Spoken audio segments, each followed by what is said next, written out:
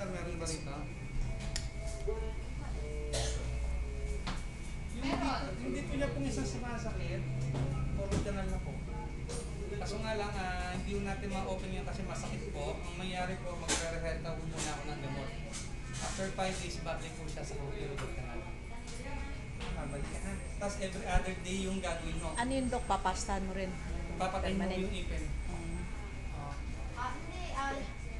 Siya yata yung dati irulog ka lang nga, hindi na pinatuloy. Oo, siya yung dati ayaw ipatuloy. Ito na ngayon. Okay. Pinabulot na lang ayun.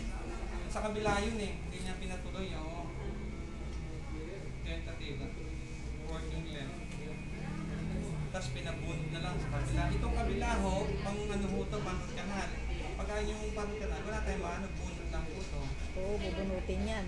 Oo, i-case po. Hindi na yata tutubuan ng ipin yun, dok, ano?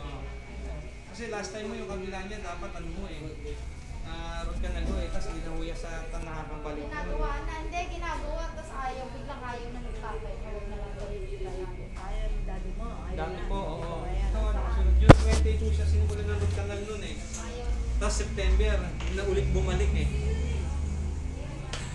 O, yan ba yan, Ito po isa, kung gusto mo ninyong ma-save pa, hindi mabunod, meron nag-ano. Pero kung ano, ayun yung root canal, bunod na po yun ha. Ano gusto mo? Ang root canal po, yung root canal po, every other day, babalik po siya for 3 weeks or 2 to 3 weeks. Ganun po katagal po. Gusto mo?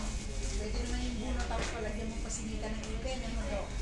Ano po? Pwede naman po. Pasingitan ng ipin, ano?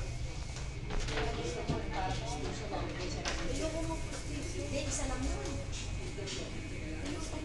Wala kang pagkagat. Pag pinabunot mo yan. Pilingin muna tayo, ganda na.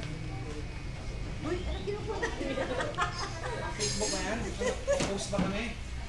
Oo, si Dok. Ano sila? Facebook ba yan? Baka hindi ha? Facebook ba? Wala, dinding na niya lang.